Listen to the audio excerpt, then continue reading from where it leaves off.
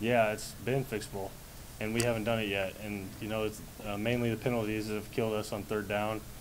We couldn't get off the field. Then again, a couple blown coverages. So it is frustrating when it's fixable things. You know, makes it hurt worse.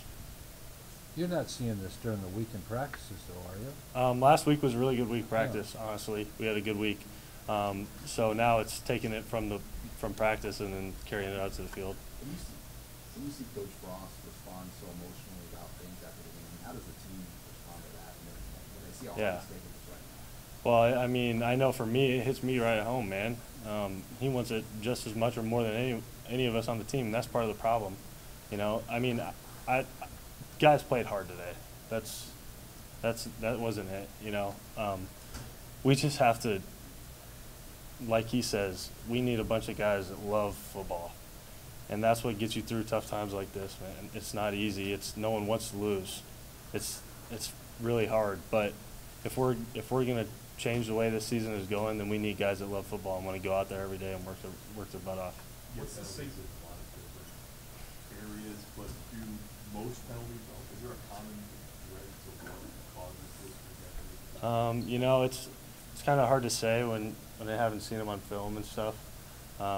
Sometimes it's effort, blocking the backs, stuff like that. That's just crazy, you know. I mean, there's a technique that we teach on how to avoid that. So don't do it. Don't be lazy and push the guy in the back instead of doing the technique you're supposed to, you know, stuff like that. And then the other stuff is just discipline, you know, late hits and hits on the quarterback. You got to be smart around the quarterback no matter what, even if it is, you know, you just got to be smart. So They kept drives alive, those penalties, kept drives alive that Purdue was able to get quite a few points off. That's kind of switched the game around, didn't it? yeah, no doubt. You know, that's a pretty good offense over there. Quarterback was throwing it around well and had good backs, so you can't give them extra downs. And that's anyone that we're going to play this year. You know, you do that, you give them extra opportunities, and you're shooting yourself in the foot. For those of us who never played college football, or high school for that matter, the switch in your body when you turn the switch off on a play and don't allow yourself to make a stupid mistake, how do you do that? You know, it's not easy. I think it goes back to having discipline in everything you do in your life, honestly. The guys who are disciplined and going to class and getting to meetings on time and going to every meal are the guys usually doing the right things. You know, and I'm not saying that's the case in every penalty that we've had by any means, but it definitely starts with that. Scott was pretty emotional up here. I assume you were in the locker room too. How do you take that when the coach, you can tell he wears it on his sleeve like that, and also the guys around him? How do you see them take that? It's hard, man, and I know the guys feel the same way. But all you can do is try and get to a new level. I myself have not played up to the standard that I hold myself to the last couple games for sure. I need to have more of an impact, and as a captain and as a leader and a guy that these guys look up to, I have to find a way to impact the game more, and that's something that I'm going to be busting my tail to do this week in practice. What's something that needs to happen to get more articulated? You know, I think just being more conscious of it, and we haven't capitalized on a couple opportunities that we've had. You know, on the tip ball, I didn't really see. It was early in the game. I couldn't really see what happened from where I was at. But, you know, when you got guys flying to the ball, good things happen.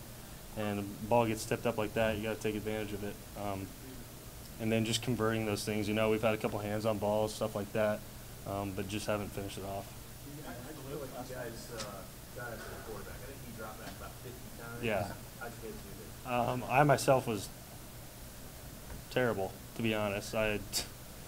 Brutal. I mean, I have to do a much better job, especially when we lean on me as a pass rusher. There's no excuses, and I got to find something that works, and I'm going to do that. Were they pretty good? Honestly, they did do a good job. I thought they did a good job with their backs, chipping them, and then you know, I know for myself they had a tight end over me a lot of times, which is no excuse. I got to find a way to get around that, but they did do a good job. You got to give their offensive line credit. Luke, when you have these penalties that happen, does the frustration come through on the guys on defense at all? Are you sensing that at all, where it's kind of like they're almost waiting for the next shoe to drop? It is frustrating, no doubt, but as a defender, you can't ever let it go down, you know. And I think that is one thing that we've done well, is even when those things have happened, we've continued to play hard and do everything we can to get off the field, you know. And it didn't happen every time, but I am proud of the guys and the way they responded after penalties like that. Thanks, Luke. And we'll finish up players in here with